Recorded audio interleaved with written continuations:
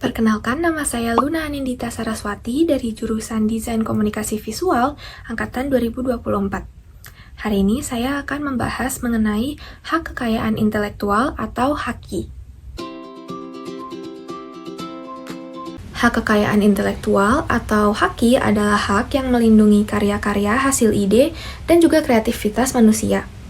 Di dalamnya termasuk hak cipta, hak merek, hak paten, dan juga hak desain industri. Setiap elemen HAKI memiliki fungsinya masing-masing dalam melindungi hasil karya, baik itu seni, teknologi, maupun desain. Pertama-tama ada hak cipta. Hak cipta adalah hak eksklusif yang secara otomatis dimiliki seorang pencipta saat sebuah karyanya diwujudkan ke bentuk nyata.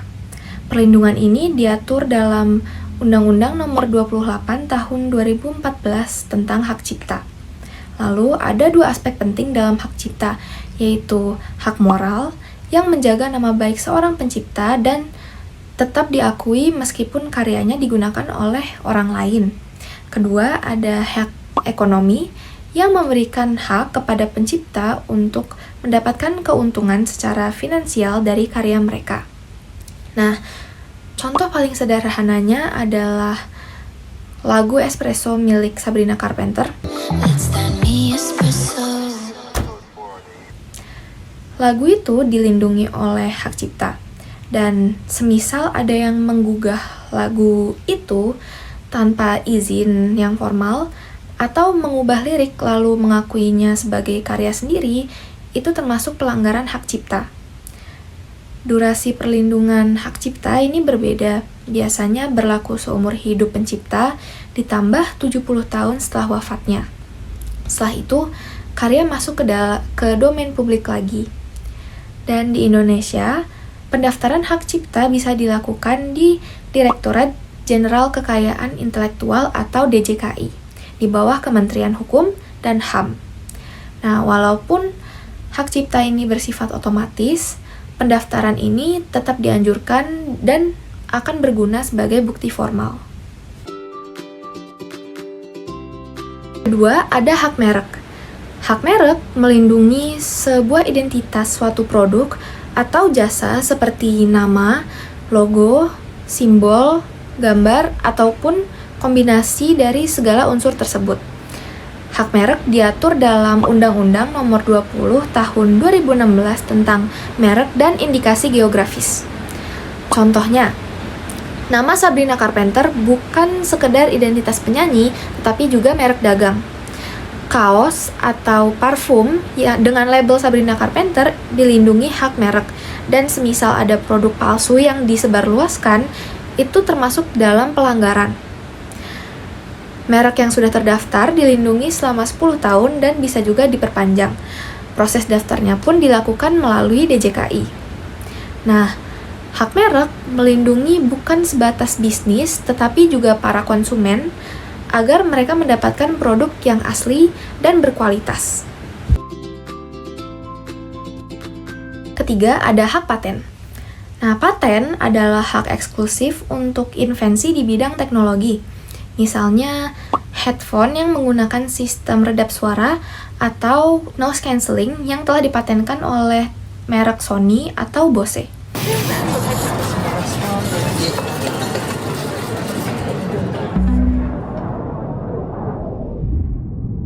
Nah, teknologi ini memungkinkan kita untuk mendengar lagu-lagu artis favorit kita tanpa terganggu dari suara luar.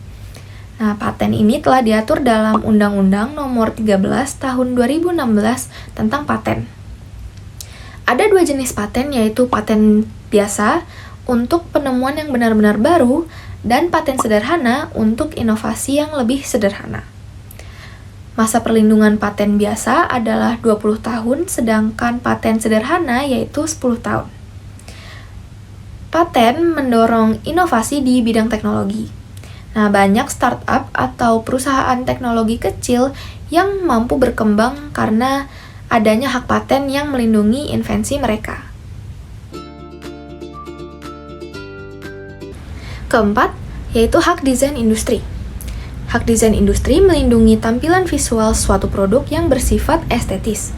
Nah, perlindungan ini diatur dalam Undang-Undang Nomor 31 Tahun 2000 tentang Desain Industri. Contohnya, desain cover album Sabrina Carpenter, Emails I Can Send, dengan warna yang lembut dan visual khasnya.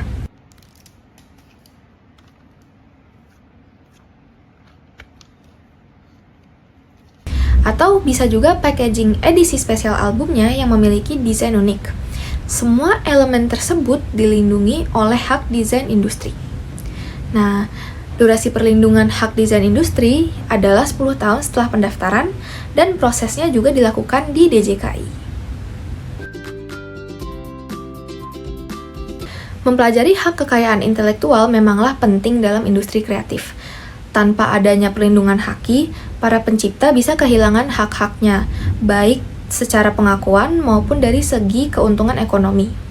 Nah, dengan adanya haki, karya-karya kreatif tetap mendapatkan perlindungan hukum, penciptanya tetap diakui, dan hak ekonominya terjaga, misalnya lewat royalti ataupun lisensi.